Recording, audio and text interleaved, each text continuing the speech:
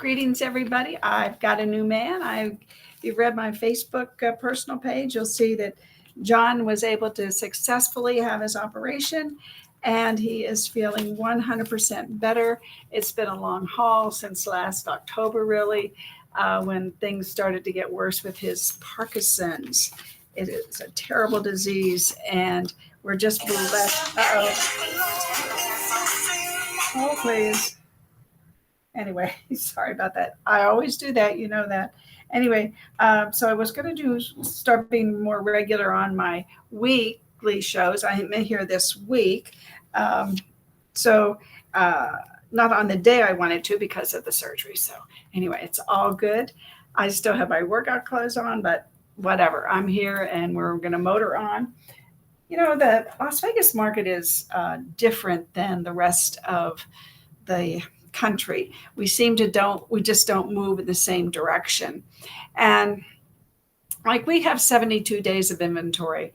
The rest of the country's, I think, right about 3.5. So let's see, that's 90 plus 20, about 110, 115 days of inventory. And what I understand and what you probably understand is, you know, the interest rates, they're just hovering around that 7%, and they really are causing the sellers or the buyers to pull back a little bit. And for the most part of the country, that's what's happening. Normally sales, the annual averaged sales are 5.5 million. We're at an annualized rate now of about 4.1 million. So yes, the sales have pulled back. But if you look at Vegas last May, we were selling 77 homes a month, and that was through the 24th of May, from May 1st. Now we're doing 71 sales a day. We're not really that bad. And like I was saying, we're a little bit different than the rest of the country. And that's a good thing.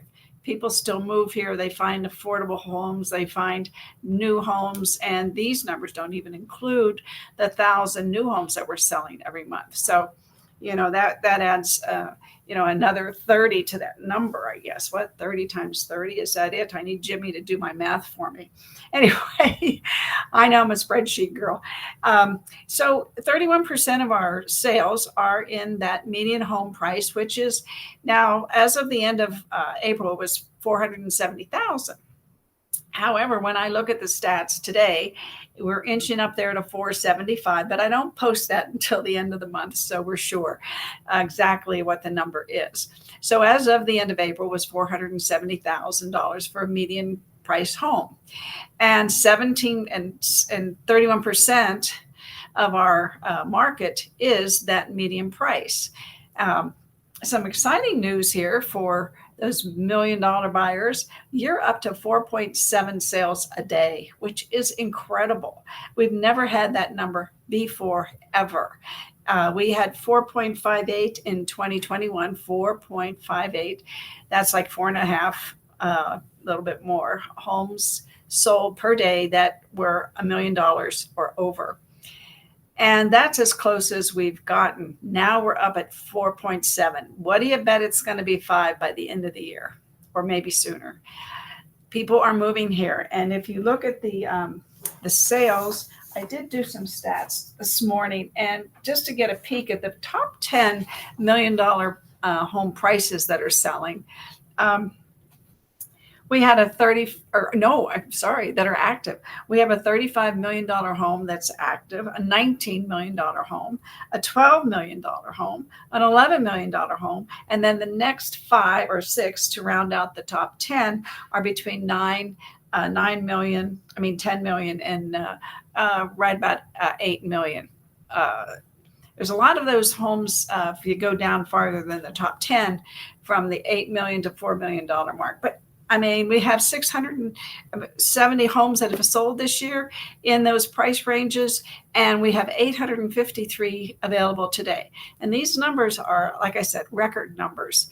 And Jimmy always says, follow the money. So, I mean, when you look at the Summit, oh my gosh, there's a condominium there. And I looked at it online. $14 million. It is awesome. The views are incredible. What a beautiful place that is. If I were younger, I would probably put my sights on maybe wanting to live there one day once I make $1 billion. Anyway, Vegas continues to just be the top of the heap and so different than other markets. The interesting thing about the $1 million homes, the median price of $1 million home here is $1,489,000, $1,489,000. That's the median price for homes that are over the $1 million mark. So anyway, that's an amazing number.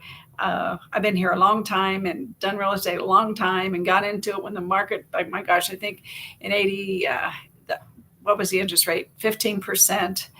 We were being very creative then and still selling though, still selling. People were still moving here.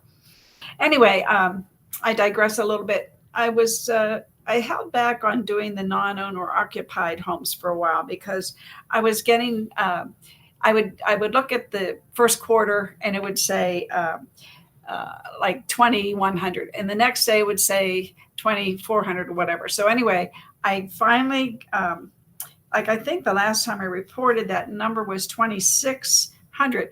And now today, when I look at it, it looks more realistic at 1,664. Because as you know, that's about 22, 23% of the market. And combined with April and June. So we've got a total right now of about 2,577 homes that have sold that are investor homes. And the investor sales have been picking up here. They went down for a little bit, but now they're picking back up again. So I suspect that number is going to maybe jump back to last year's number, which was, I think it approached 30%. You know, you can look at these statistics and you can carry these charts with you to show or put on your social media platforms and to show people what's going on. There's a lot of data here, and you need to really perhaps take 5 minutes and analyze what it means. And I try to do some historical numbers to put everything in perspective. So, and it's good for you to note too. And I'm going to, let's see if we can show this. Oops, no, that's not it. If you look over, no, that doesn't do it justice either. I haven't, they changed these things around. No, you can't see it. Hold on, let me try something here. So much fun doing all this stuff. See if I can get that over and put me, no.